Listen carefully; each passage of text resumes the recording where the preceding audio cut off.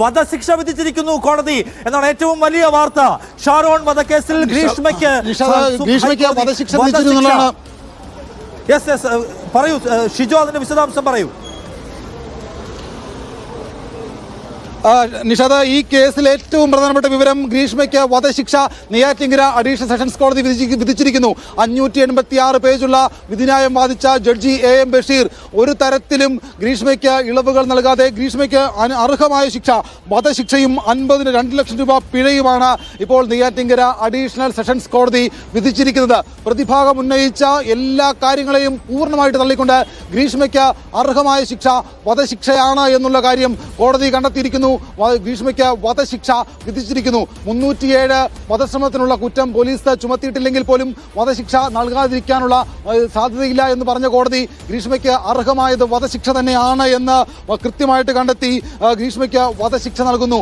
പ്രതിഭാഗം ഉന്നയിച്ച ഒരു കാര്യത്തെ പോലും, അല്ലെങ്കിൽ പ്രതിഭാഗം ആവശ്യപ്പെട്ട ഒരു കാര്യത്തെ പോലും അംഗീകരിക്കാതെ, അല്ലെങ്കിൽ അതിനകത്തൊന്നും ഒരു ന്യായവുമില്ല എന്ന് പറഞ്ഞ കോടതി ഗ്രീഷ്മയ്ക്ക് വധശിക്ഷ വിധിക്കുന്നു.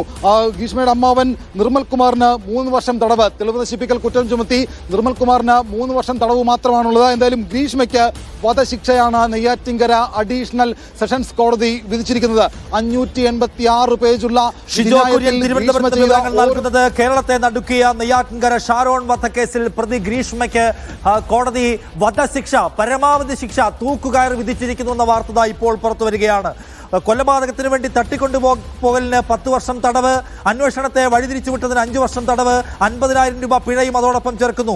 2 ലക്ഷം രൂപ ഈ ശിക്ഷയിൽ ആകെ അവർ ഒടുക്കണം. പോലീസ് അന്വേഷണത്തെ തെറ്റിദ്ധരിപ്പിക്കലിന് 2 വർഷം തടവ്, 3-ാം പ്രതി ആയ അമ്മാവന് തെളിവ് നശിപ്പിക്കലിന് 3 വർഷം തടവ്. നിർവികാരമായി വിധി കേൾക്കുന്നു ഗ്രീഷ്മ എന്നതാണ്. അവർ ഏതെങ്കിലും നിരക്കുള്ള ഭാവവ്യത്യാസമില്ലാതെ, ഏതെങ്കിലും നിരക്കുള്ള ഷോക്കിംഗ് അല്ലാതെ വിധി കേൾക്കൊണ്ടിരിക്കുന്നു. നിർവികാരമായി കോടതിയിൽ നിന്ന് വിധി കേൾക്കുകയാണ് ഗ്രീഷ്മ ചെയ്യുന്നത്. അവർ ഏതെങ്കിലും ഘട്ടത്തിൽ മനസ്താപത്തിന്റെയോ പശ്ചാത്താപത്തിന്റെയോ തിരുത്തലിന്റെയോ സൂചനകൾ കാണിച്ചിട്ടേയില്ല എന്ന് കോടതി എടുത്തു പറയുകയും ചെയ്യുന്നുണ്ട്. ഷാരോണിന്റെ അച്ഛനും അമ്മയും വിധി കേട്ട് പൊട്ടിക്കരഞ്ഞു എന്നാണ് നമ്മൾ കേൾക്കുന്ന കാര്യം. നിർവികാരമായാണ് ഗ്രീഷ്മ വിധി കേൾക്കുന്നത്. ഷാരോൺ എന്ന കാമുകനെ ഒഴിവാക്കുന്നതിനായി അയാളെ പരമാവധി ഒഴിവാക്കാൻ ശ്രമിച്ചു, നടന്നില്ല. ആ ഘട്ടത്തിൽ അയാളെ വിഷം കൊടുത്ത് പലതവണ കൊല്ലാൻ ശ്രമിച്ചു. ഒടുക്കം കഷായത്തിൽ വിഷം കലർത്തി കൊടുത്ത് 11 ദിവസം അയാളെ ആശുപത്രി ശയ്യയിലിട്ട് കൊന്നുകളഞ്ഞു എന്നതാണ് ഗ്രീഷ്മയ്ക്കെതിരായ കുറ്റം.